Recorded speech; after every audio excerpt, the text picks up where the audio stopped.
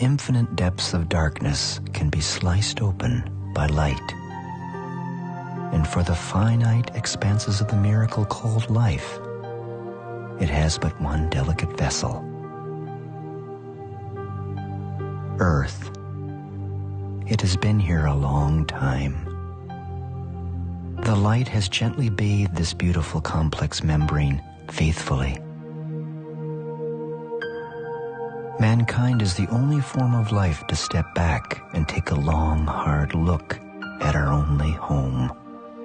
Our intelligence has brought us here, and it has also brought us much closer to another world within us. And within this universe, ironically, lies the blueprint for our future. Câncer. It is a biocode gone wrong. It is delighted by what we do to feed it. The menu we've provided for these creatures is becoming more extensive by the day, except that one human being found a way to close the pantry doors a long time ago, in 1928. This is that story.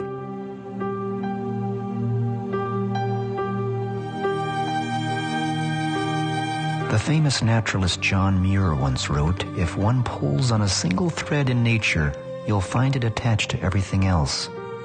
For this 15-year-old boy named Garrett, he rediscovers that fact from different angles regularly. He lives with his father in a remote section of Alaska, where traveling in bush plains is almost routine. From these vantage points, the health of forests, wildlife, and even glacier melt can be easily observed.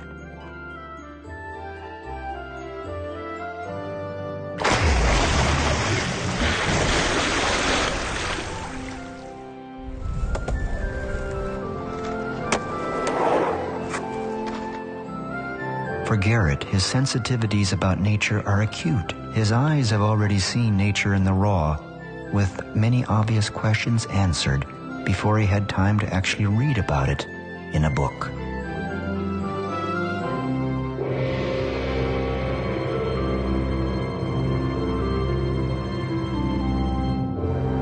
As far back as he can remember, his family has worked with orphaned wildlife, and so his understanding of biology was hands-on there too.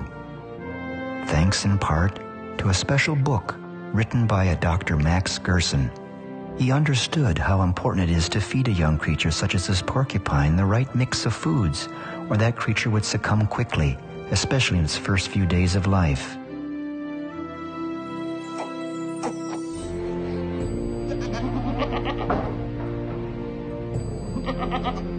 Regular visits to our neighbor Bob provided this unpasteurized goat's milk. No store could legally supply this. Bob's wife, Margaret, is recovering from breast cancer. But she recently heard from Garrett about Dr. Gerson, and then word spread in the community about this Gerson therapy. People that were deeply impacted positively included the mayor, the local electrician, the banker, the hammer museum guy. Then there was the beekeeper, who saw links to the Gerson therapy that extended even to the health and productivity of his bees. There was also the artist, the people at the organic store, and then a Gerson tape was obtained. There are laws against healing cancer. The doctor is not allowed to try anything else. He must use only those treatments that have already proven to be failures. Imagine what we could do if this could be accepted. But there are laws against it. You're not allowed to heal. There's too much money to be made on drugs. For Garrett's diabetic neighbor John, this message came too late to save his legs. But perhaps Bob, the milkman, had the best observation about the Gerson therapy. What I'd like to see is some proof, some good scientific proof. When a cruise ship came to town, many visitors would come to learn about the wildlife that Garrett cared for. He found it surprising how unfamiliar most people were about wild animals and their requirements.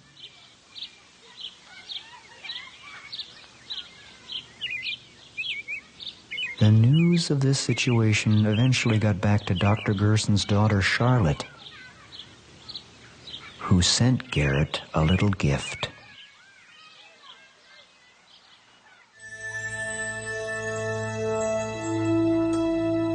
It was a new book written by Charlotte that spelled out how Dr. Gerson's therapy worked. It had easy-to-understand statements about cancer. Even a 15-year-old could find the text a good read. The chapters were profound and seemed too good to be true. Points are made that sparked curiosity to learn more.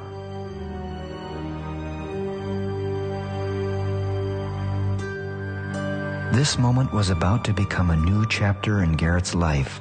Up to this time, reading a book cover to cover was a rarity for him. But in this instance, it was different, due partly in what the book addressed. It was what he observed day to day, even when doing the most mundane chores. What Garrett had not fully realized was the implications of the potency and power contained in vegetation.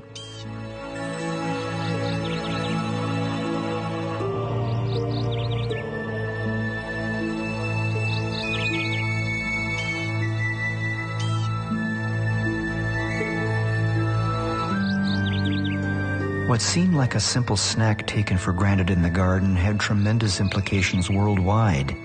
If Gerson's therapy was accepted and implemented, it would help change the history of mankind's modern agriculture, food supply, healthcare systems, economy, and of course, the environment.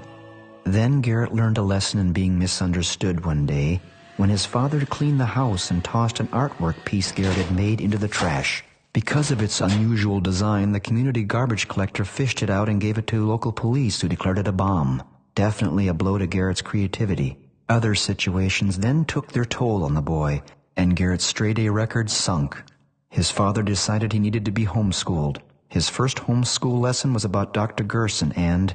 I'd like to see some scientific proof. The boy wasn't sure how that would be accomplished, but he did draw out an analogy between gold mining and human nature to start with. He decided the best place to start his research would be the public library. It didn't take much time before he located several independent sources that confirmed important points as outlined in Dr. Gerson's original classic book. From those important leads, the dubious characters that make up the history of the use of fluoride fascinated the boy. He dug for more information, and then more skeletons were uncovered. Then Garrett began to assemble a general outline of what needed to be accomplished to successfully confirm the Gerson protocol. It was when the words about hope were written that I made an inquiry to become involved in helping him document the integrity of the Gerson therapy. First, there's Gerald Cox, who worked for the Mellon Institute of Industrial Research. The Mellon Institute, by the way, was the leading defender for the asbestos industry. Gerald Cox became interested in the fluoride from the suggestions of Francis Frary, the director of the aluminum laboratory of Alcoa. And then came a leading scientist in toxicology, Dr. Harold Hodge. Harold Hodge was the one who oversaw injecting plutonium and uranium in people. Harold Hodge studied the questionable safety of fluoride, but under the combined pressures of the Atomic Commission and aluminum manufacturing, he had to say it was safe. Harold Hodge, along with a group of scientists, helped develop the atom bomb. Will represent 1 mile on your camera. The top part, 2 miles. We're going to switch to another camera. I'm going to move out of here. 3, 2, 1, 0. The shockwave will arrive in the control point area in approximately half a minute.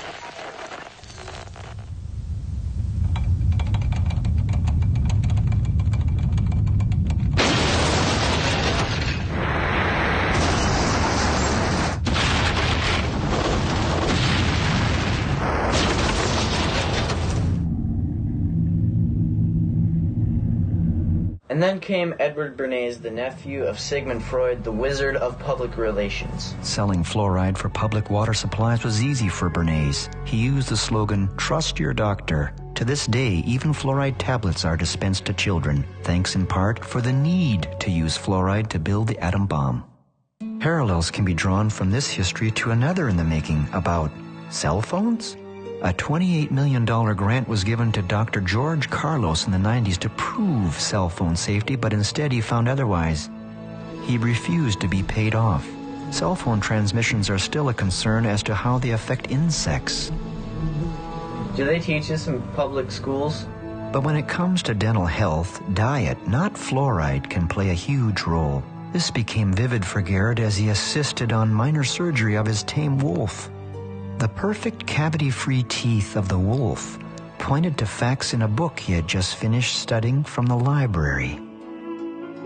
It was called Nutrition and Physical Degeneration by a distinguished dentist named Dr. Weston Price.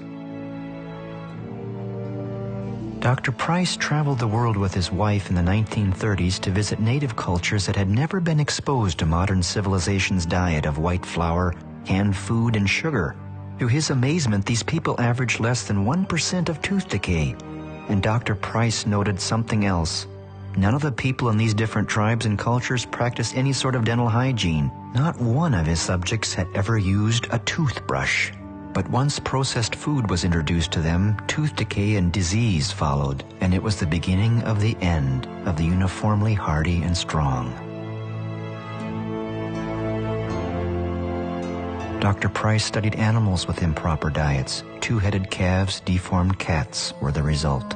He also observed a direct link between human skull formation and diet. And yet, in present day, the subject of fluoride is still debated. In the state capital of Juneau, Alaska, I met up with the city's chief dental officer. For the state of Alaska's position on water fluoridation, the Department of Health and Social Services and Division of Public Health support water fluoridation, but in Alaska it is a local initiative, and what's going on in Juneau is a local vote on Juneau resuming water fluoridation. So while the department supports this is really a local issue, and I'm also involved with the Citizens for Dental Health coalition, but that's not in my capacity as state dental officer. Do you think that fluoride in the water will help prevent cavities and such? What is your position? I think there's clear evidence over the past 60-some years now that fluoride reduces tooth decay. But fluoride's only measurable effects on tooth decay are from topical application, not from drinking it. Hitler's alleged reason for mass medicating water with sodium fluoride was to sterilize humans and force them into submission. Garrett needed to see both sides of medicine. He then viewed compelling scenes from stock footage about Gerson I had already compiled. If you think of basically what's in Gerson therapy, you really wouldn't expect it to cure cancer. So no, I don't think there's any evidence that anybody's ever been cured by Gerson therapy. It's not right from any aspect at all. Well, has the Gerson therapy ever cured a cancer patient? Oh, of course not. They won't even release their records. There's absolutely no scientific evidence that he's cured anyone. I've never interviewed any Gerson patients. It really is pointless.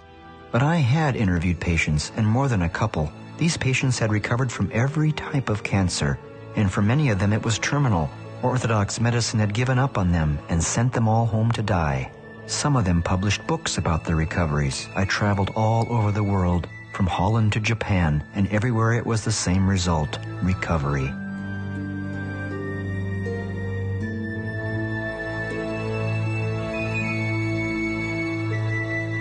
And even heart arteries can be restored.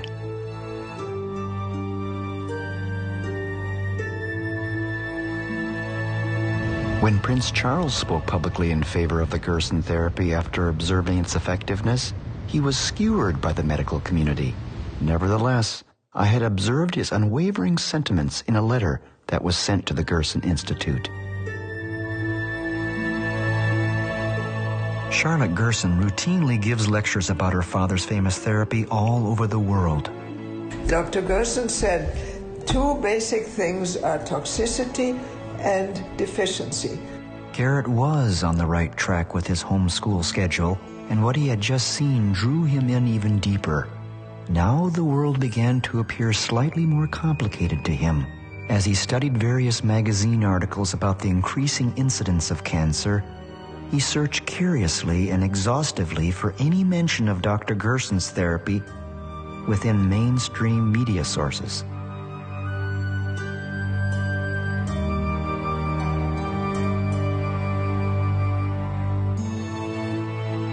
Instead, what he discovered within the pages of any given article about cancer or chronic disease was a different approach to the crises, one that made him suspicious.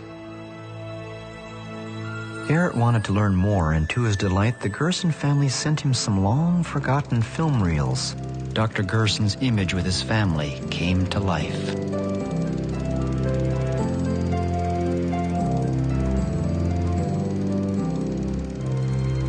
There was the discovery of footage of Charlotte Gerson in her 20s that captured his imagination within the historical reference of the where, why, and how this family eventually ended up in the United States from Germany.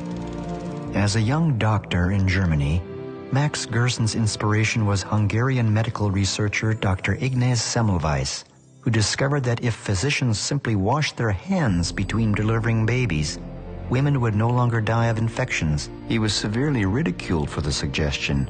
Ridicule followed Gerson as well after he discovered a cure for his migraine headaches and then tuberculosis by changing the diet. A clinical trial was undertaken with 450 incurable skin tuberculosis patients. None of them recovered at first, and Gerson was devastated. But then it was discovered that a nurse was sneaking pastries, beer, and sausages to the patients. The Gerson diet was then strictly followed, leading to the recovery of 446 of the 450 patients. Then, he discovered it cured cancer. In World War II, Gerson was able to flee Nazi persecution with his family to the United States. He continued to not only cure cancer, but other chronic diseases too. And when his close friend Dr. Albert Schweitzer suffered from diabetes, he cured Dr. Schweitzer as well, leading Schweitzer to assess and declare that Gerson was, quote, the most eminent genius in medical history. In July of 1946, Senator Claude Pepper held Senate subcommittee hearings over Dr. Gerson's cancer therapy. The astounding testimony was quickly reported by ABC News commentator Raymond Graham Swing over ABC Radio. The public's reaction was swift and favorable, but the broadcast resulted in the firing of Raymond Graham Swing 2 weeks later due to severe pressure by the pharmaceutical and American medical establishment. I was investigated 5 times. What do you mean by being investigated, sir? From the AMA. They investigated you? Yes, 5 times. Every time they come, I show them, here's a patient you sent home to die, cured. Other patient, you sent home to die, cured. Next patient, you sent home to die, cured. And cure he did, including people with muscular dystrophy, like this young girl. Dr. Gerson's public lectures about his therapy were unpopular amongst his peers. For example, Gerson had spoken out against tobacco since 1920. Time out for many men of medicine usually means just long enough to enjoy a cigarette. And because they know what a pleasure it is to smoke a mild, good-tasting cigarette, they're particular about the brand they choose. In a repeated national survey, doctors in all branches of medicine, doctors in all parts of the country were asked, "What cigarette do you smoke, doctor?" Once again, the brand named most was Camel. Yes, according to this repeated nationwide survey, more doctors smoke Camels than any other cigarette. Why not change to Camels for the next 30 days and see what a difference it makes in your smoking enjoyment? See how Camels agree with your throat. See how mild and good-tasting a cigarette can be. And as more layers of the therapy were uncovered and understood, it was becoming clear to Garrett why there was such opposition to Gerson's therapy of caring for health. The tobacco industry was the main source of advertising for the American Medical Association at that time. Philip Morris was the Journal of American Medical Association's major source of advertising revenue. The editor of that journal, Dr. Morris Fishbein, attacked Dr. Max Gerson for, quote, treating cancer patients with diet and warning them against cigarettes. Fishbein originally aspired to become a professional clown, yet he never practiced a day of medicine or treated a single patient in his entire career. Today it's no different. Chemical and pharmaceutical companies now run the American Medical Association and the FDA. The thing that bugs me is that people think the FDA is protecting them. It isn't. What the FDA is doing and what the public thinks it's doing are as different as night and day. A quote from Herbert Lay, the former commissioner of the FDA. The boy remembered the superior effectiveness in a remedy his father had used on his foot. Costly and toxic pharmaceutical treatments had not worked, but by merely dicing a few cloves of garlic mixed with raw honey, his foot problem disappeared. Raw honey also disinfected and greatly sped up cuts and abrasions. Another healthy, inexpensive item used, that is non-toxic, was hydrogen peroxide. It was used as a cleanser in the home and was even found useful cosmetically in hair highlighting. Garrett found putting 3% hydrogen peroxide in the ears for a time would even prevent the common cold. There are volumes written about natural cures and treatments. Knowledge is power. Garrett gave his orphaned moose calf named Franny her last bottle of goat's milk. And so Garrett's homeschool lesson went to a new level. It was time for him to take his homework on the road and put it all to the ultimate test.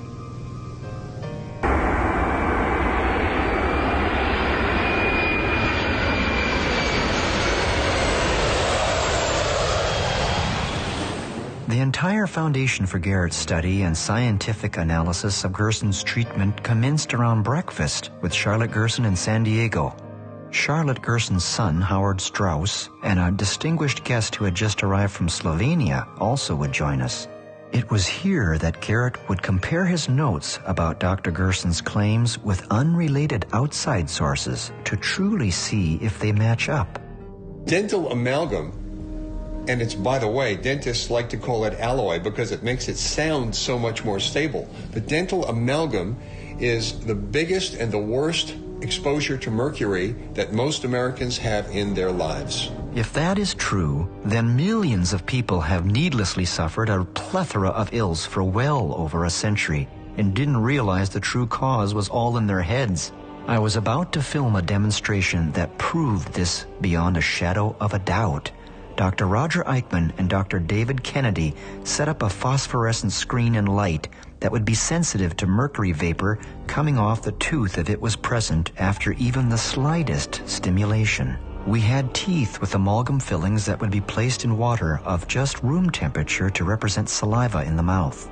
I did not truly believe mercury vapor would come off the tooth, or if it did, that the film camera would register it. I also had a video camera on hand to record this event.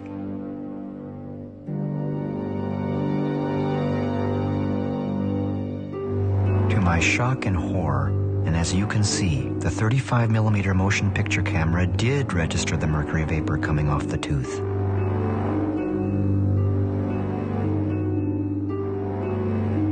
This is the first time in history this has ever been captured on a film camera.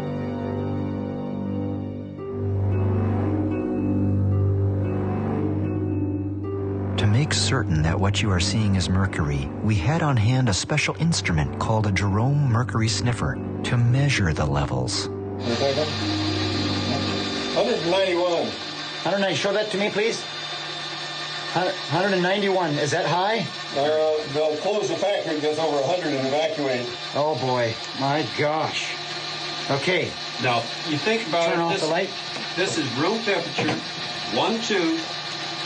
At least 50 years old. It's been degassing for years, and many people have a whole mouthful of them. Yeah. Now just think what happens if you have half a dozen people in a elevator all degassing like this, and it's degassing 24 hours a day, 7 days a week.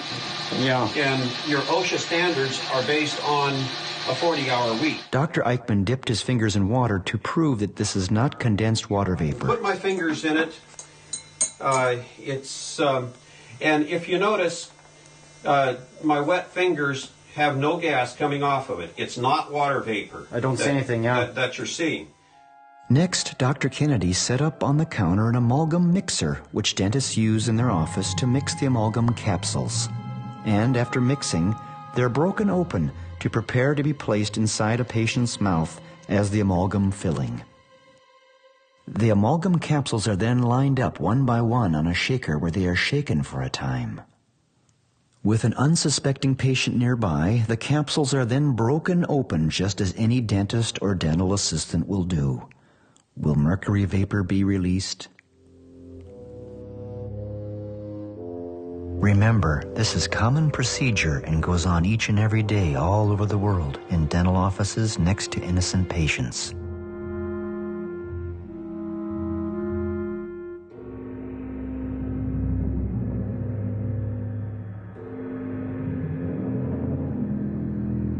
The images speak for themselves. For the American Dental Association to continue to insist that amalgams are safe would seem absurd. Turn on the light. Can we see what we got? 252. Yikes. Should we exit this? Are we getting poison in here? Yes, it's raised the room up. Yeah. The doors are working in a dental office. The problem is now, if you go into a dental office to remove a silver filling, and they cavalierly start putting a drill on, this whole screen would turn black. You hit it with a high-speed drill, and you're going to put mercury everywhere. And those very small cuttings of amalgam will go all over. You've got to use a rubber dam. You've got to use a high-speed evacuator to get all that out. And you never turn off your evacuator until the last piece is out of the mouth, because as soon as you scratch on it, it's just like me scratching a knife on here. Thank you. I think it's a crime what they're doing to their dental staff. Is that the female is much more sensitive reproductive-wise to mercury, and as a result, that causes not only infertility, but it causes birth defects. Of course, you get the usual denials, but when you look at the scientific literature, it is full of studies showing that exposure to mercury, either from your teeth or from working in a dental office, will, you saw the demonstration. There's huge amounts of mercury in those offices. They don't monitor that. They don't warn the employees. They don't give them adequate mask and protection. And as a result, there's a tremendous amount of infertility in dental assistants. There's a documentary on it. And it's about the Norwegian dental nurses and about their lives being devastated by their job when they were young girls. So I think it's a crime what they're doing to these young girls. I've had patients come in from other dentists saying, gee, all I had was my teeth cleaned, and I feel lousy for days after that, every time. How come? Well, they polish the teeth. They get a huge amount of mercury being released for several days after that, until you get a little bit of corrosion over the top, which slows it down a little bit. But the amount of mercury released is just phenomenal. And if they're sensitive to it, it'll put them over the edge. When I was in dental school, I was told that dentists were averaging their first heart attack by age 44. Our life expectancy was age 52. I personally related that to their use of mercury and amalgam fillings, because it wasn't occurring in orthodontics and in surgeons.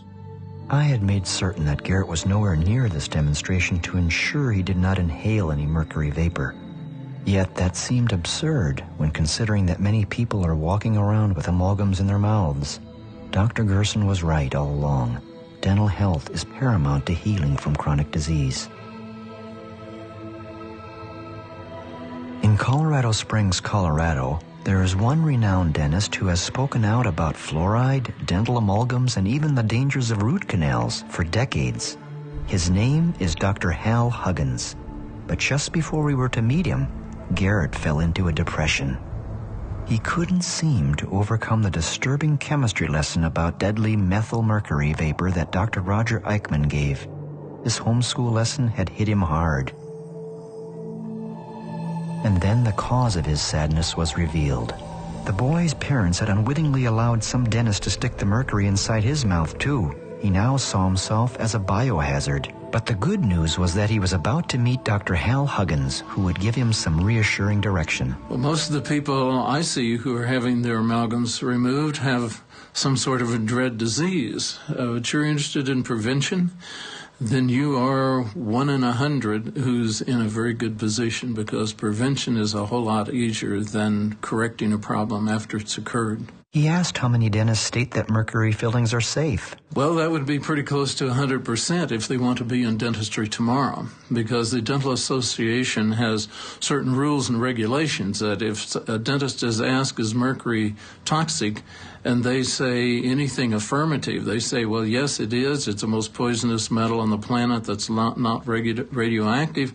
They're going to lose their license and be selling used cars the next day.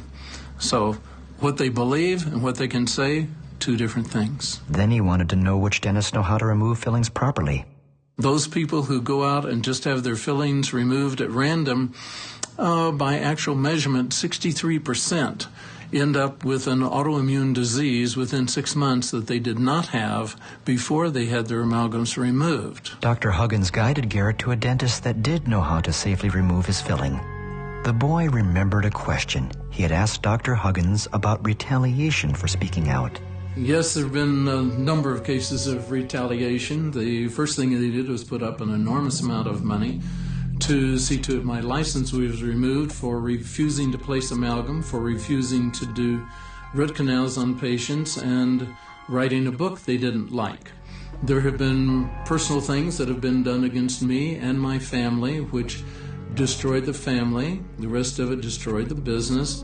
They've destroyed everything I had except the mortgage on my home. And for some reason or other, they did not want that. Garrett reasoned that life could have been so much easier for him if he had just kept quiet like most doctors do. So the question became, why put yourself through this?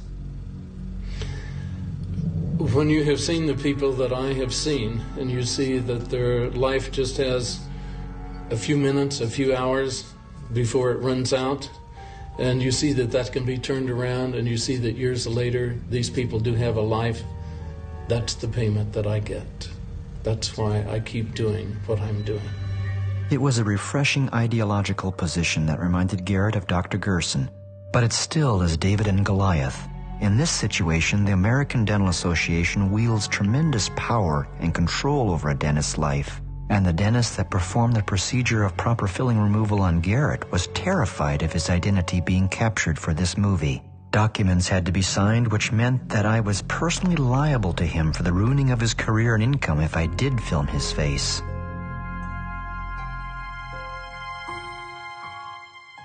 Hearings on mercury fillings are now taking place in Washington, D.C. that hopefully will put an end to this amalgam disaster.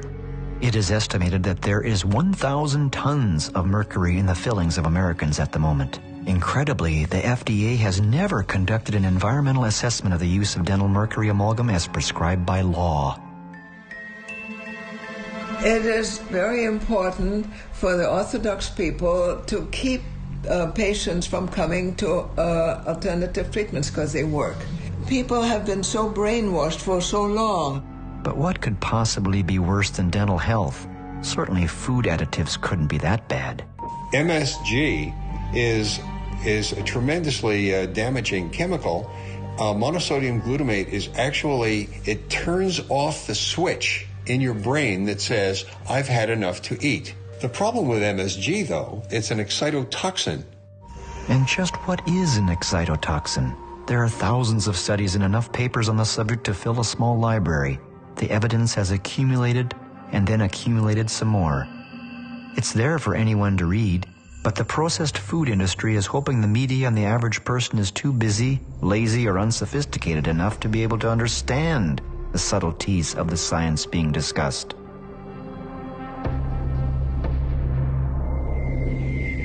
But just in case the average layperson does show a bit of curiosity about the dangers of flavor enhancers like MSG, the food industry has smartly printed little rack cards and brochures to give us, defending their crisp position.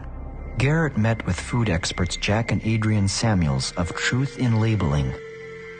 The subject of glutamic acid is very, very complex, and consequently many games can be played to try to convince people that it is safe. They removed monosodium glutamate from many of their products and replaced monosodium glutamate with other ingredients that gave the consumer no clue to the presence of the reactive component of monosodium glutamate.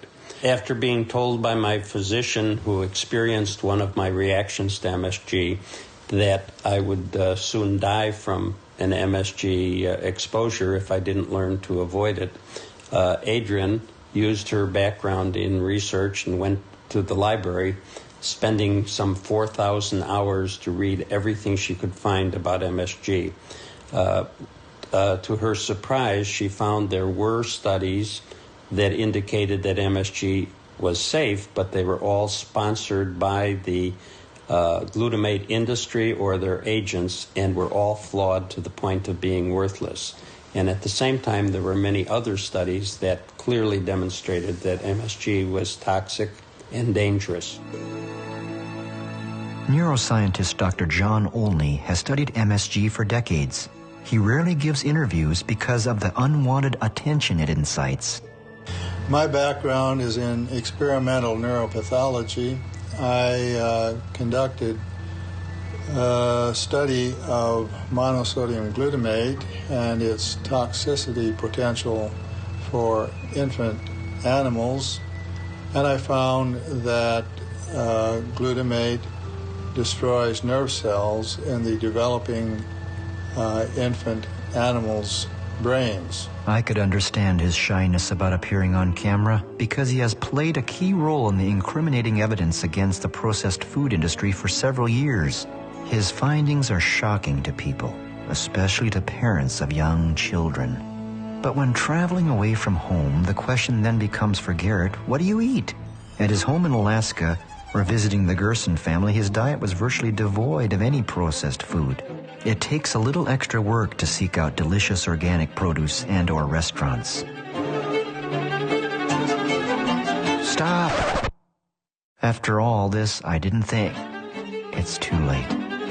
The chemicals in this fast food were working their magic on the boy. He ate this meal, actually 2 meals, like he was possessed. To me, it was disappointing, but to force the issue would likely backfire. He was free to make his own decisions.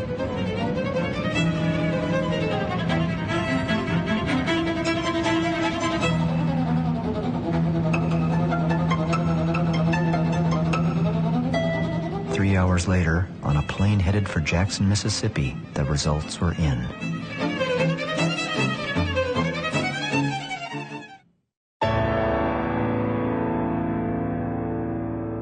In Jackson, Mississippi, the boy met up with an incredible family of photographers, the Blaylocks. Dr. Russell Blaylock is a renowned board-certified neurosurgeon and author of several books on cancer, excitotoxins, and health. It is here where Garrett reoriented himself to a healthy snack, but unbeknownst to the lad, I had a little test planned. The mass consumption of this excitotoxin substance in the food is interfering with people's ability to think and remember and use language so that our children no longer have the capacity that their parents had. And I think this is getting compounded because there are more and more foods with multiple forms of these excitotoxins, 4, 5, 6 in a single food, so that our children, small children in particular, are consuming such large amounts. It interferes with the development of the brain as well as destroying these connections between the brain cells. And that interferes with brain function, and that's what we're seeing nationwide, and in fact worldwide in the industrialized nations. The reason that the food manufacturers are telling the public that it's safe is because they're making a huge profit off of it. And it's hard to compete with their fellow manufacturers if they don't use the MSG because it's a powerful taste-enhancing effect. So they just tend to ignore all of this research, even though it's literally thousands of studies, and the studies keep growing, proving beyond any doubt in the reasonable mind that, in fact, this is harming people's brains. It's producing gross obesity, metabolic syndrome, diabetes, infantile diabetes, atherosclerosis. A great number of diseases are now connected to what's happening with MSG exposure. Chips were delivered to the table that were laden with MSG. And one of the things that people don't understand, this can be a silent toxicity. That is, they don't even know it's occurring. A lot of people will tell me, well, I don't react. I don't have these symptoms of nausea and vomiting and headaches. Well, a lot of people that are exposed to MSG will not have these symptoms, but they get the same damage. And this occurs over a very long period of time, decades. So the brain cells are being destroyed, and until they lose a number of brain cells, they're not even aware that they're under this toxicity. It's known in neurology that you have to lose about 90% of the neurons in a particular area of the brain before you develop symptoms. So by the time you develop these symptoms like dementia or Parkinson's disease, etc., you've already lost 90% of the neurons in that part of the brain, and that's what's very important. Another really new important finding is that it's strongly connected to the growth of cancer. And we know that glutamate, when it's increased in a person's diet, makes their cancer grow very rapidly and becomes highly invasive. That means it spreads all over their body. The problem is no one's telling cancer patients they need to be very cautious about taking in these food additives because it makes their cancer grow much faster and become more invasive, which means they're less likely to survive their cancer. Garrett never did eat any of those chips. He wants all the brain cells he has. The number of food products that contain MSG but don't actually label it as such is now almost infinite. The only way to avoid this is to buy organic products and whole foods. What the boy also discovered was that this was further confirmation of Gerson's discoveries 80 years earlier. In order to provide a balanced report on the subject of processed foods, the boy then flew from Jackson, Mississippi to Omaha, Nebraska, with the hopes of interviewing a ConAgra Foods public relations representative. After several phone calls and a faxed message, he thought there was reason to be optimistic, but he was wrong. No one at this huge facility would speak. It was confusing and disturbing to the boy temporarily.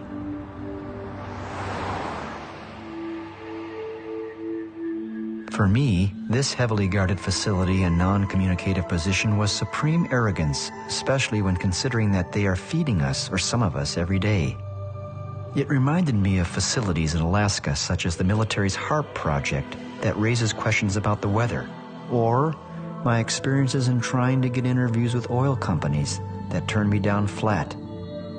The native people of the North and their concerns are low priority. The boy tried to contact ConAgra twice more with no reply. All was not lost, however. We went to Omaha's Mayberry Park, where Garrett found great delight once more.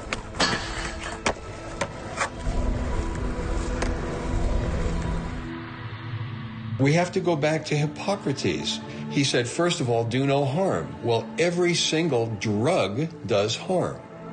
Then he also said, let food be your medicine and medicine be your food. That's very important because food will nourish you and heal you. It's natural materials which your body knows how to utilize. Your body has evolved over millions of years to use. Whereas these huge, incredibly profitable companies all over the world are damaging, liver toxic, and cause disease. So how can they really be considered a medicine if they're causing disease? If we couldn't speak to food manufacturers, then maybe we could speak to a food engineer. Meet Carol Hornline. We met her at the St. Louis, Missouri airport and were driving her to a radio interview. Along the drive, there was plenty of time for sightseeing. Garrett, in particular, now had time to digest a lot of information. He overheard much of the conversation going on in the front seat about another food additive that made him remember. In 1974, I petitioned the commissioner of FDA about some evidence I had found pertaining to aspartame causing brain lesions. But despite all warnings, the former head of GD Searle, Donald Rumsfeld, forced it into the food market anyway. As a highly paid and highly respected food engineer, Carol was right in line to work with this dangerous substance. It wasn't long before she was riddled with tumors from her pituitary gland to her ovaries. She ballooned in weight and continues to have health problems. Carol will never be the same again. She no longer wants to work as a food engineer because, quote, I can't work at a place where I'm knowingly poisoning people. This story is actually worse than the tobacco story because at least you can choose not to smoke. Food, you have no choice. We were now at the radio station where Carol would have a chance to tell the world her story and what food additives like MSG and aspartame do to any unfortunate organism that comes in contact with it. Kennedy and Mr. Albright. This radio program, The Power Hour, can be heard around the world on shortwave radio or the internet every day of the week in rebroadcasts or broadcasts. To the point where they're leaving their seats and they're going out and becoming activists and they're demonstrating and writing letters. It's msgtruth.org. That's her website. Now, she became injured as a result of using MSG, but she didn't really use it. It was done to her. I was basically shoveling aspartame out of a barrel. Whoa, can you believe that, listeners? Shoveling aspartame out of a barrel. I've had many problems over the years. What about these tabs? You know the tab drugs? Yes, the quick dissolve, like the Listerine. Quick dissolve. The Listerine, the Listerine quick dissolve things, those have aspartame in them as well. Wow. If the Power Hour show allows people like Carol to speak out on such topics, they have to be creative about staying on the air. Advertisers that support the mainstream media do so because they're able to tout pharmaceuticals, processed foods, and lethal chemicals. Not here. What the Power Hour sells are natural products, food flavorings, books, and DVDs. Host Joyce Riley knew Charlotte Gerson and was familiar with the Gerson therapy. Joyce's background is in the military as a nurse, and the Gulf War affected her with Gulf War syndrome, an illness. She then produced a startling film called Beyond Treason, which documented the serious environmental degradation from U.S. munitions tipped with depleted uranium, as well as experimental vaccines and more. The consequences of these activities are horrifying. Radioactive depleted uranium, for example, has a half-life of 4.5 billion years and has now contaminated regions of the Middle East forever.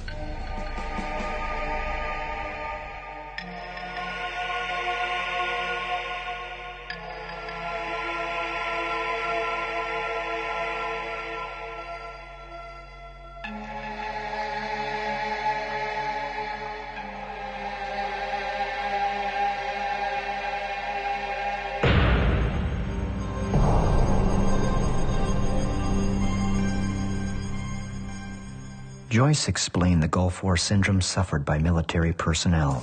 The Gulf War illness is something that is a combination of a lot of toxins. And I couldn't figure out why I was sick because I only flew from Alaska to Cuba during the time that I was a flight nurse. But I became ill. I did have the vaccines. A lot of the troops did have the oil well fire exposure. They had chemicals, biologicals, vaccines, everything involved. What we do know now is that they were full of toxins. I was a nurse for about 35 years, and during that time I'd done everything from electroconvulsive therapy, which is shock therapy. I'd been a chemo nurse. I was a director of nursing. I was a nurse in a heart, lung, liver, kidney transplant unit, and I never appreciated food at all. I never appreciated what it was for. And then I became ill after the Gulf War, and it was amazing to me that nothing in medicine could make me better. Nothing. So I had to start looking into alternative and integrative medicine. Gulf War veterans were becoming ill right after the Gulf War. Thousands of them were becoming ill. And we had no place to turn to. And we found out that there were some Gulf War veterans that had been helped by eating raw foods, vegetables, fruits, and doing juicing. And when all this talk about vaccines came up, Garrett shared his own feelings about vaccines that are given to infants and school-age children. There was a 90% reduction in diseases before the vaccines were even introduced, as graphs clearly show. It was improved nutrition that caused the reduction, not vaccines. Vaccines are neurotoxic, and for that reason and awareness, the boy has a clear position on the subject.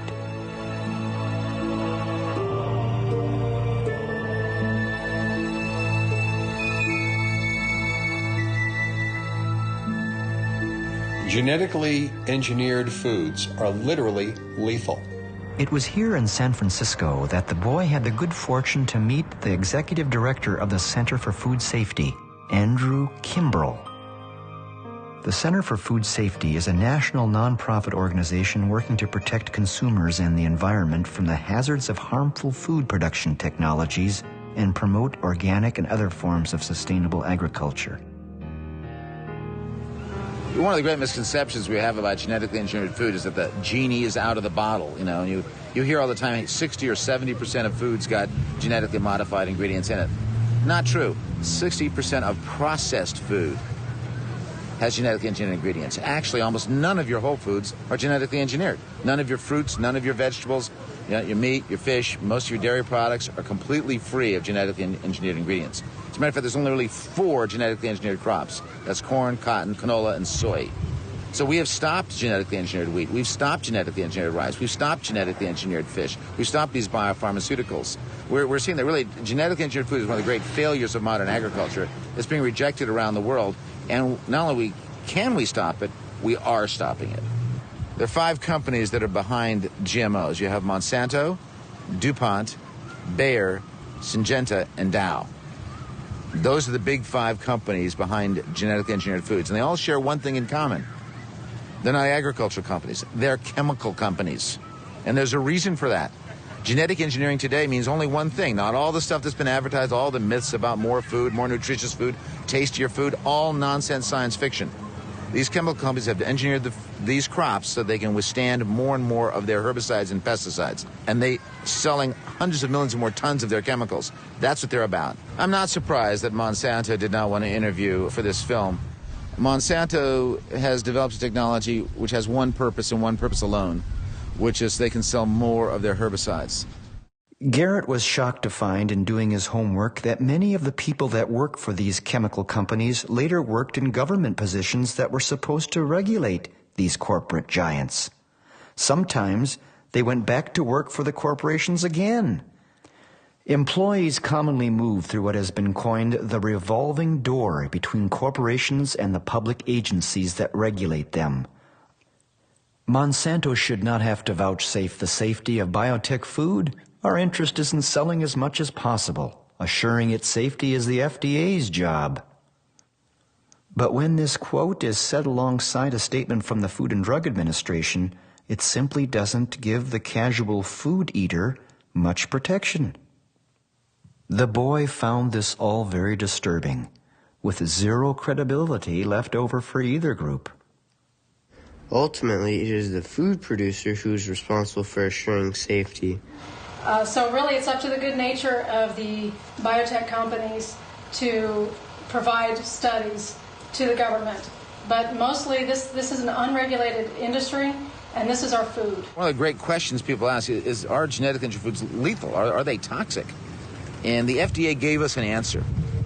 The Food and Drug Administration of the United States gave it an answer. In the 80s and 90s, they looked at these foods and said, yes, the process of genetic engineering can take a non-toxic food and make it toxic. It can create new allergens. It can lower nutrition in food. It can lower our immune response. And in certain cases, we even see these foods have the potential to create cancer, certain of this technology. So the answer is in on whether GM foods are lethal or toxic. Yes, the very process can make a safe food and turn it into a toxic food and potentially a lethal food. The objective of Monsanto is clear. Monsanto has become the largest seed company in the world.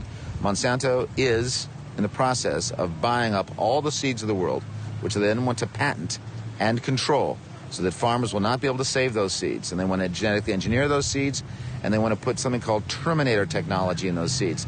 This has those seeds create suicide after one growing season so that farmers cannot save those seeds. So what Monsanto's really after is controlling all the seeds of the earth and making sure that the farmers of the earth cannot save those seeds. This becomes extremely important when you realize that 80% of all the farmers of the world depend on seed saving for their survival. So if Monsanto is able, either through patenting or through this terminator technology, to destroy their ability to save seeds, the result will be mass starvation.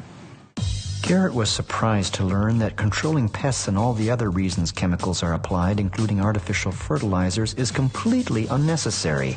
There are dozens of institutions in the U.S. alone that strive to declare the good news of sustainable agriculture.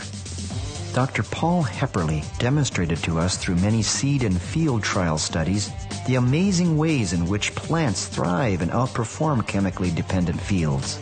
In many instances, the crop yields far exceed chemically treated farms. The studies are extensive, repetitive, and uplifting to anyone who cherishes good health. Dr. Gerson stated that the soil is our external metabolism. It must be free of sprays and poisons, or the body cannot heal.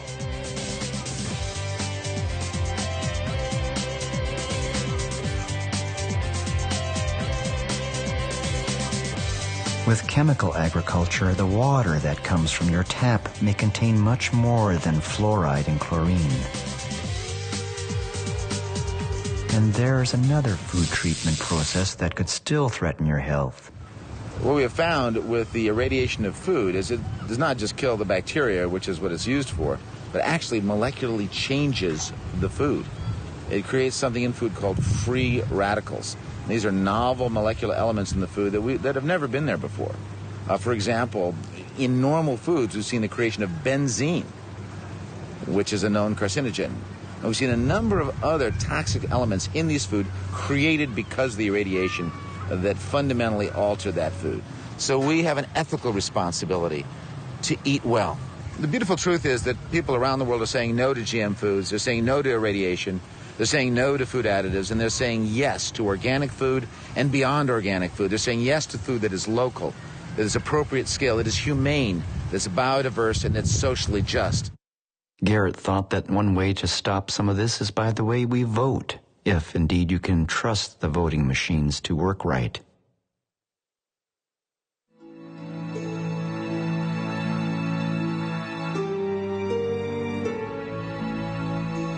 How could a man who was curing cancer and chronic disease over 80 years ago be so misunderstood? It was now even within reach for this 15-year-old boy to understand. Is it at this point a race against time to consider the gift Gerson offered the world so long ago before we exceed the tipping point merely from an environmental standpoint?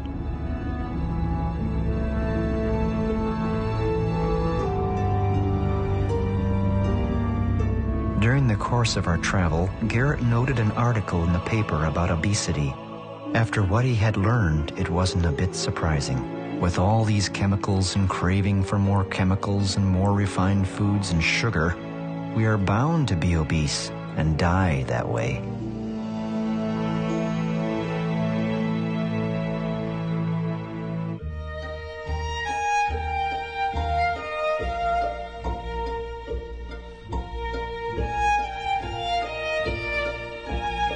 The Ohio Valley is the casket-making capital of the world.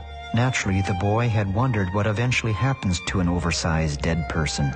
Here at Goliath Casket Company, this family-owned business is experiencing a booming market, which Garrett credited to pharmaceutical drugs, MSG, aspartame, vaccines, food irradiation, genetically modified foods, dental amalgams, water fluoridation, and root canals, to name a few. Even the standard-sized casket is an inch wider than it used to be.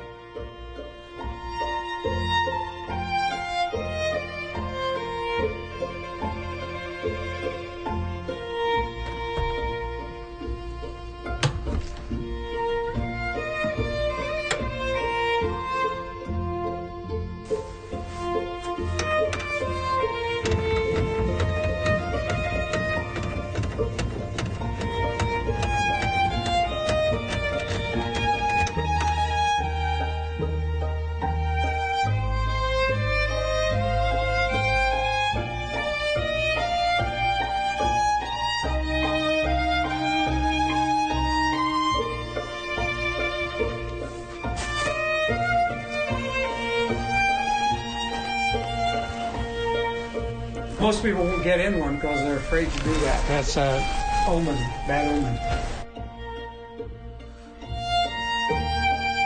This would actually be quite nice for a cabin up in Alaska in the summer. You can close the lid in there, you wouldn't get any light, and you could sleep better.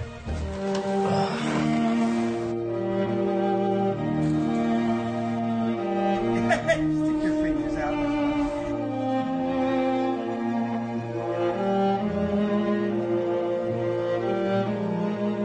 Most of the people are not taller, but they're wider and deeper.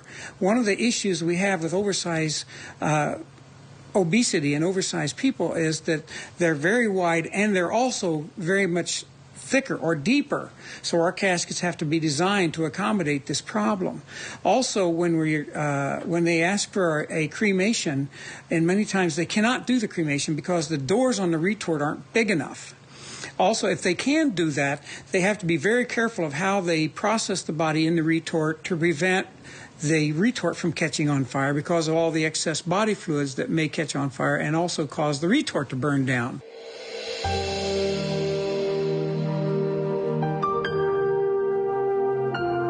With all this cross-country travel, we had to stop.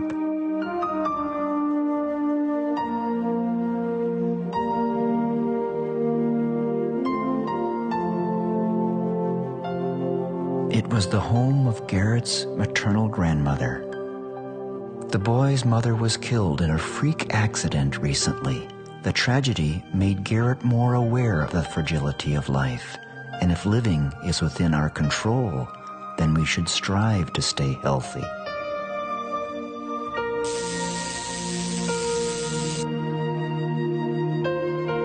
All living things have a distinctive energy field around them that can be measured and even photographed.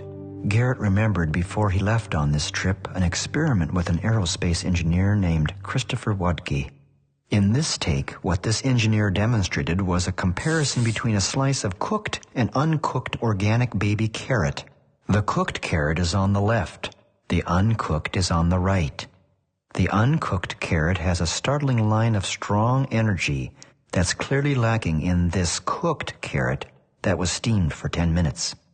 What this means is that pasteurized food is dead. Garrett held a funeral for the latest victim, the almond.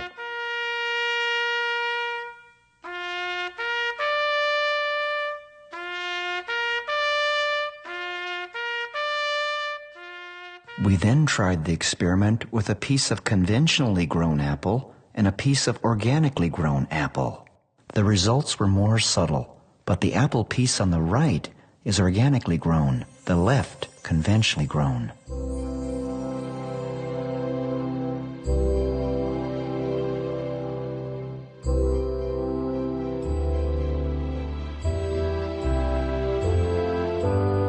An organically grown tomato.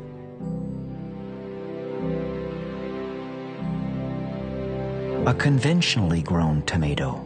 The photographic technique utilizes 50,000 volts and a broad range of frequencies to resonate with the test objects, capturing their patterns for analysis, whether living or non-living. The boy found the results consistent and fascinating, an area of study that needs a closer look. Kirlian photography is the iridology of the future, where we can see markers in the aura that's around people's bodies, and these markers indicate where their health is deficient and where their health is fine.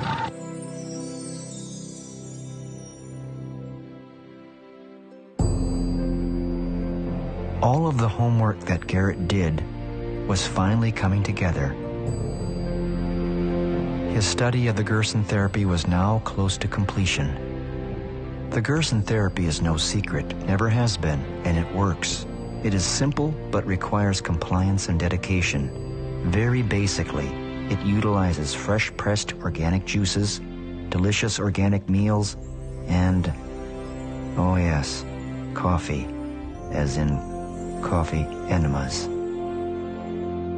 Dr. Gerson gave an example of 50 recovered patients in his original book in the late 1950s that was representative of thousands of recoveries at that time. All the patients were diagnosed with extremely detailed records at leading medical centers around the country. During and after the treatment, the medical records from independent medical centers bear out the results, and the results bear out a beautiful truth.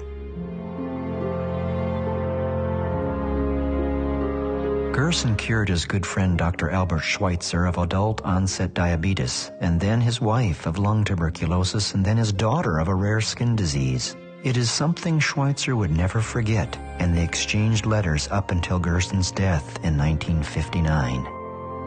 The cancer industry is about money and drugs, yet all the money in the world won't save you if you make the wrong decision. You might as well be homeless. The boy is certain that many of the famous and talented would have changed history and culture if they could have only known. Garrett, on the question of what does the pancreas do? Essentially, the job of the pancreas is to digest food. The pancreas has a key role to play in the Gerson therapy, and in this boy's simple graphic, it is clear the human intestinal tract is longer than that of the carnivore.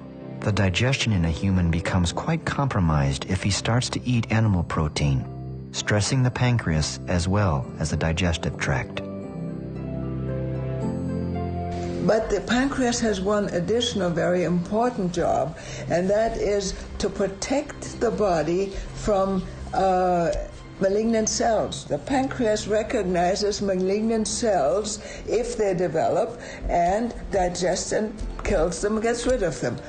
When you overload the pancreas, as most Americans do, with excess animal protein foods, all the jobs, all the ability of the pancreas is used up just trying to digest and get rid of all this animal products, and there's nothing left to protect you from the malignant cells. The immune system is paralyzed.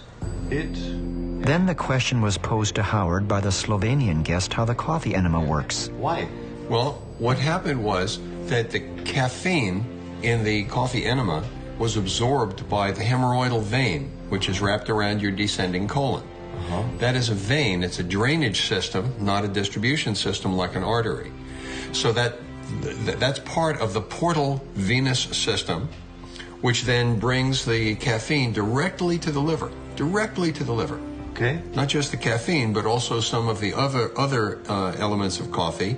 Okay. Cafestol and kawiol. Okay. And potassium. And potassium, very important. Potassium. Okay.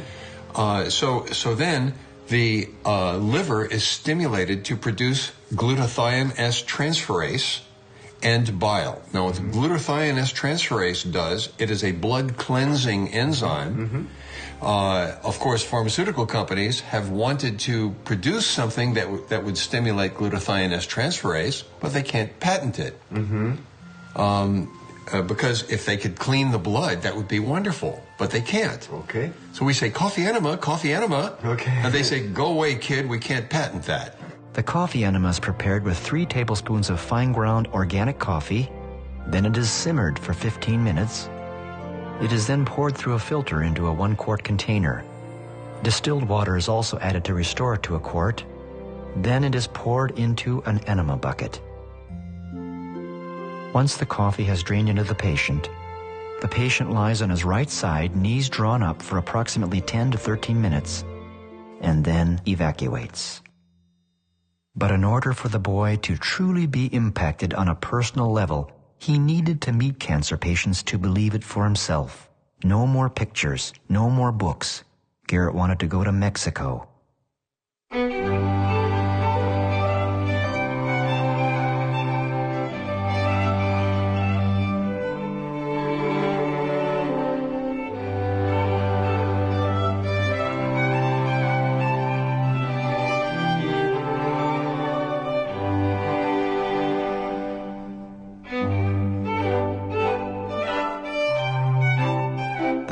Surprised at how pleasant the surroundings were and how happy the cancer patients seemed. They were here from all over the world. Garrett ate with them and listened to their stories. The laboratory tests on the patients are extensive and carefully watched. Most patients only stay at the clinic 1 to 3 weeks and then go home to recover. One of the patients from New Zealand was eager to visit with Garrett. So how long have you been here? 3 weeks yesterday. I came here straight from the Mayo Clinic in Florida, and I've got melanoma in my bones, spine, leg, liver, lungs, and lymphs. Since I've been here, inside myself I feel hugely different, much stronger physically, and I've lost the nausea. Within myself I feel 100% better than when I came. So I came here from the Mayo Clinic. They told me that I had 4 to 6 months to live if I didn't do chemo, and if I did chemo I would have 6 to 8 months to live with what I have. If I had really good chemo, that's like top of the line, and I responded, I might have a year. So looking at those options, I decided to look elsewhere. My sister flew over to meet me, and she was reading Ian Gould's book about his recovery from cancer. He had bone cancer, where he was given 2 weeks to live. And after trying the Gerson therapy for several months and then adapting it, he's now still alive and has got the Ian Gould Foundation in Australia. I trust it actually with my life. That's why I'm here. And I'm talking to Mrs. Gerson And then Howard and Garrett spoke with one of the clinic's doctors. Cases that we have. And what do you see? What do you see in the first few days of? In the first few days, with doing the coffee enemas, I started to notice changes. Their pain starts to diminish. Their energy is increasing. Patients that come here the first day with blood pressure in the first week disappears. Goodbye taking blood pressure medications. And the patients aren't realizing, you know what, there's something more here than just a coffee enema and detox and organic diet and juices. They start to see the changes. And as I start to believe in what the hope they're believing, and I tell them it's more than hope.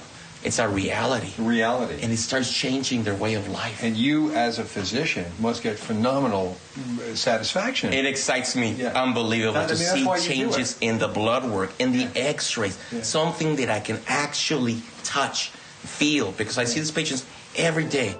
From Tijuana, Garrett traveled south to meet a cancer patient that was recovering against all odds, at home with the Gerson therapy.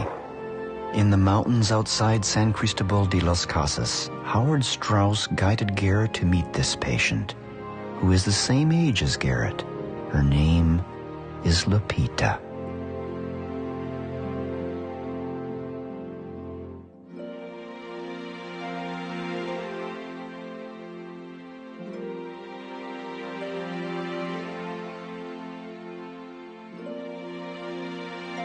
Lupita overcame a cancer called an ovarian teratoma, which has astounded her doctor.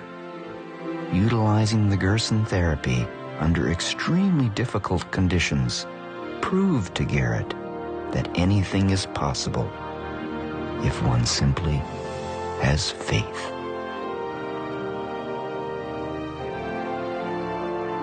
For Lupita, fresh organic vegetables and fruits are not difficult to find. Ironically, truly organic produce in the United States is harder to come by.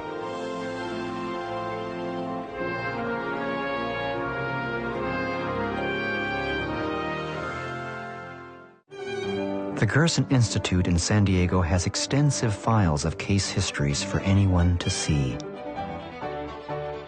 12 months after the diagnosis of prostate cancer, I was cancer-free within 12 months. And that was proven by the MRI and other imaging tests that I had, and which found amazingly that the cancer was completely gone from my sacrum, from my pelvis, from my liver, and from the prostate. 32 months after diagnosis, I did yet another MRI, a second MRI, and that reconfirmed that the cancer was completely gone from my body, in all areas of my body. And if anyone doubts this, I have all the medical records to prove it. I brought all the medical records with me, from the doctor's reports to the scans to the imagings, and they prove it without beyond a doubt. It's just an amazing thing. The pathology reports speak for themselves.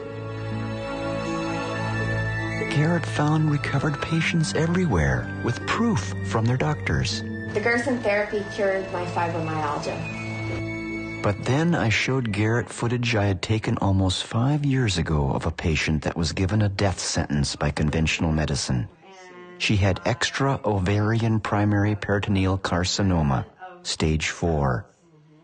No one had ever recovered from such a cancer using orthodox medicine. So here she was, using the Gerson therapy in a last-ditch effort. And now, 5 years later, Garrett was looking at the results. Was he reading her obituary? This was her story.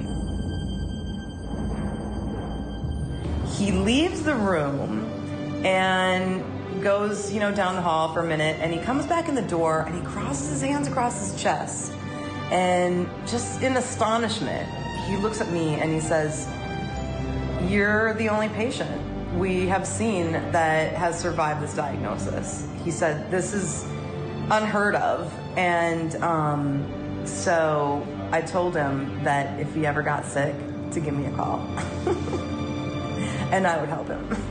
Garrett wanted to push this further, and so he asked this patient to go back to the Mayo Clinic to get a statement from her diagnostic doctor that the Gerson therapy cured her.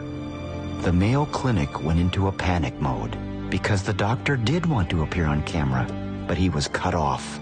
It became a waiting game. We would much appreciate it. He'd be making a big difference for the treatment of cancer and the environment. The answer came with the police, and they ushered her away, thinking she was a terrorist. As a result, the doctor is quitting the Mayo Clinic to work without such restrictive boundaries. But there are many others. In 1986, I was diagnosed with pancreas cancer, which has spread to my liver, gallbladder, and spleen. The doctors told me I had 3 months to live, to go home, get my finances in order, and prepare to die. She did the Gerson therapy over 20 years ago. Garrett remembered where he started with this homeschool lesson. It all came back to him quite quickly.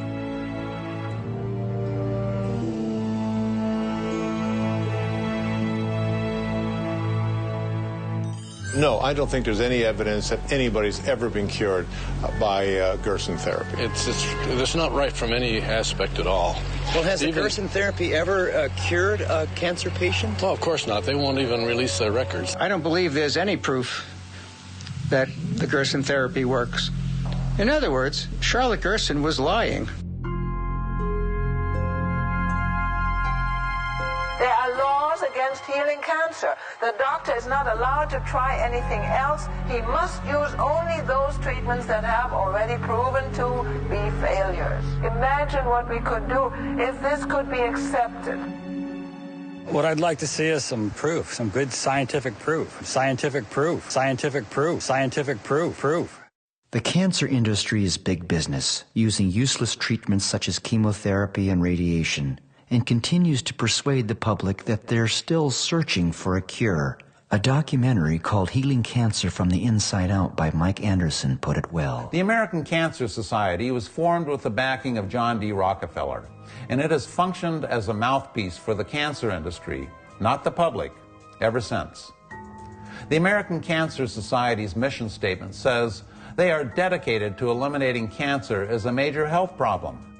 The Chronicle of Philanthropy reports, however, that the ACS is more interested in accumulating wealth than in saving lives. The ACS, in fact, is the wealthiest nonprofit in the world, with net assets over $1 billion. Not surprisingly, it has consistently been given the lowest rankings in charity evaluations. Despite this wealth, its aggressive fundraising campaign pleads poverty and laments the lack of available money for cancer research. Aside from high salaries and overhead, most of what is left in the ACS budget goes into research that directly benefits pharmaceutical and radiological companies. What you see from studies conducted over the last 50 years is that for our major cancers, the effectiveness of conventional treatments is far less than a sugar pill. Board members of the American Cancer Society have included herbicide and pesticide manufacturers. Before Garrett returned to Alaska, there was one more person he wanted to meet. His name is Jay Kordich, known by millions as the Juice Man. Jay is responsible for selling close to $1 billion of juicers throughout the world. Well, Garrett, you know, I've been doing this now since 1948, ever since I had cancer of the urinary bladder. You know, when I think back, I just finished playing football for the University of Southern California, and I was drafted by Curly Lambeau and the Green Bay Packers. And then this urinary problem started. I started to pass blood, and I found out I had a tumor in my urinary bladder. And I had remembered a class that I had on one of my physiology classes, human anatomy classes, and I had inadvertently read about Dr. Max Gerson treating Dr. Albert Schweitzer, you know? And I figured, my God, after I found out I had cancer of the bladder, I figured if this treatment was good enough for Dr. Albert Schweitzer, it's got to be good enough for me. Never believed that much good could come out of it.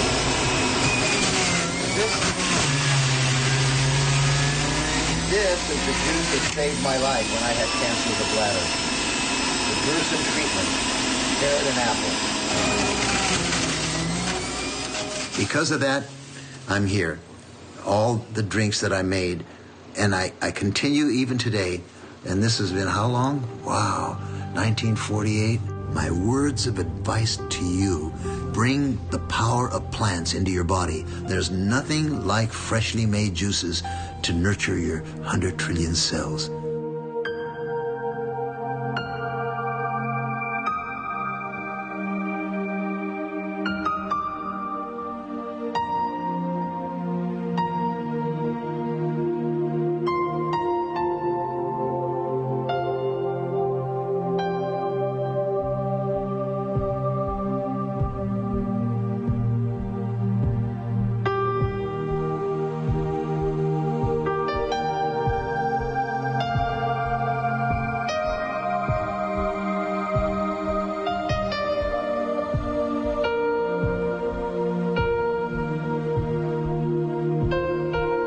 Garrett was now 6 miles from home. His homeschool lesson was officially over.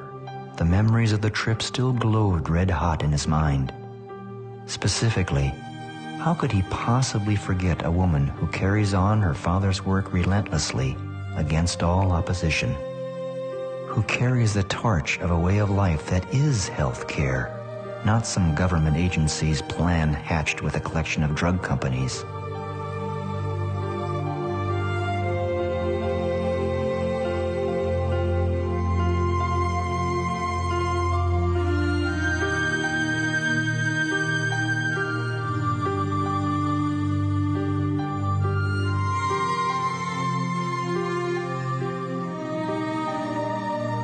The boy does believe in hope. He believes he has a future. He believes that environmental issues that confront humanity will dissolve into collective solutions. After all, this is our only home, and we are rational human beings.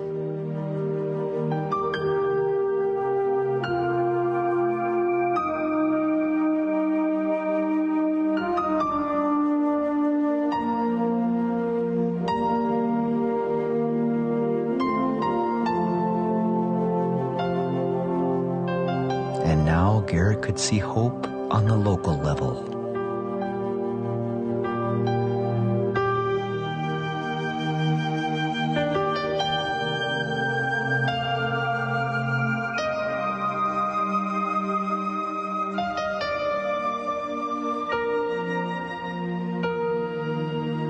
Garrett couldn't wait to bring this fresh-pressed carrot juice to his neighbor John.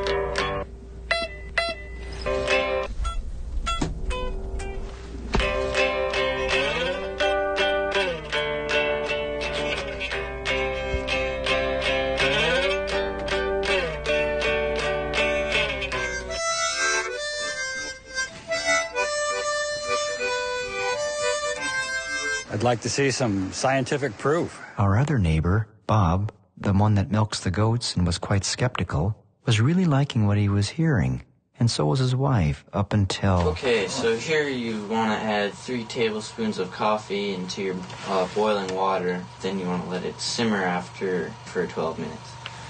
And you pour it in a quart jar and add water so it ends up being a quart. Then you connect the tube to your R's, and then you let the coffee drain into your R's. Then you let it sit for 12 minutes, then you release it into the bathroom toilet.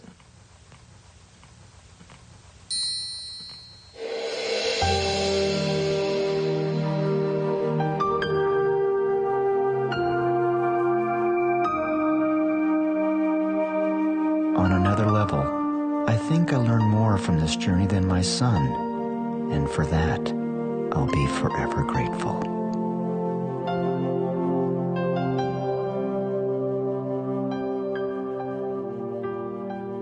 For each of us eventually, whether we're ready or not, someday it will come to an end. There will be no more sunrises, no minutes, hours, or days. All the things you collected, whether treasured or forgotten, will pass to someone else. Your wealth, fame, and temporal power will shrivel to irrelevance. It will not matter what you owned or owed. Your grudges, resentments, frustrations, and jealousies will finally disappear. So too your hopes, ambitions, plans, and to-do lists will expire. The wins and losses that once seemed so important will fade away. It won't matter where you came from or on what side of the tracks you lived at the end. It won't matter if you're beautiful or brilliant. Even your gender and skin color will be irrelevant. So what will matter? How will the value of your days be measured? What will matter is not what you bought, but what you built. Not what you got, but what you gave. What will matter is not your success, but your significance. What will matter is not what you learned, but what you taught. What will matter is every act of integrity, compassion, courage, or sacrifice that enriched, empowered, or encouraged others to emulate your example. What will matter is not your competence, but your character. What will matter is not how many people you knew, but how many will feel a lasting loss when you're gone. What will matter is not your memories, but the memories that live in those who loved you.